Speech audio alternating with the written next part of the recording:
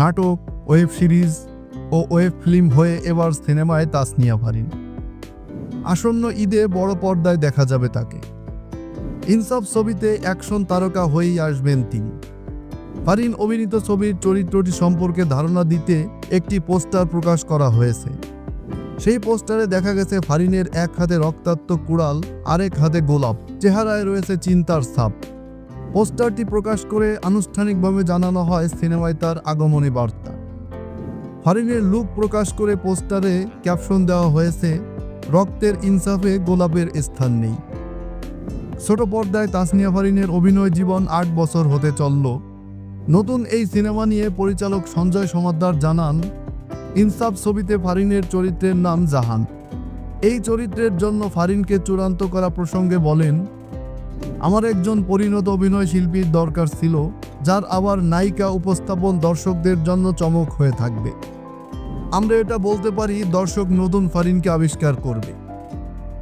ইনসাফ ছবিতে ফারিনের চরিত্রের কয়েকটি স্তর রয়েছে, যা দর্শকদের কাছে ভীষণ উপভোগ্য হবে।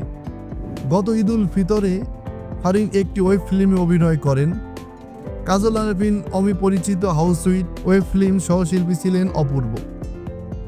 কমেডি ও রোমান্টিক ধাঁচের সেই ওয়েব ফিল্মের জন্য প্রশংসিত হন ফারিন।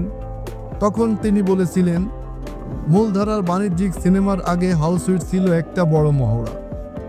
ইনসাফ ছবিটিতে ফারিন অভিনয় করছেন শরীফুল রাজের বিপরীতে। প্রথম ছবি আইসক্রিম দিয়ে নজর কাড়েন শরীফুল রাজ।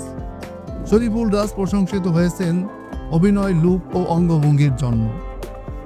হাওয়া, দামাল, কাজল রেখা, দেওয়ালের দেশ ও ওমর প্রতিটি ছবি কোনো না কোনোভাবে আলোচনায় রেখেছে এই টলিউড তারকাকে। ইনসাফ ছবির ফার্স্ট লুক পোস্টার প্রকাশিত হয় 25 এপ্রিল। তখন দেখা গিয়েছিল হাতে রক্তাক্ত কুড়াল, ঠোঁটে মুচকি হাসি, চেহারায় রক্তের দাগ নিয়ে হাজির শরীফুল রাজ।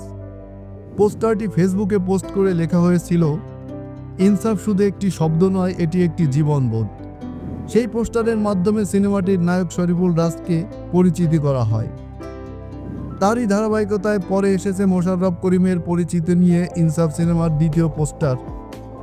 সেই পোস্টারের ক্যাপশনে লেখা ছিল, এই ডাক্তার রোগ নয় পাপ সারায়, রক্তই তার ভাষা, ইনসাফই তার শপথ।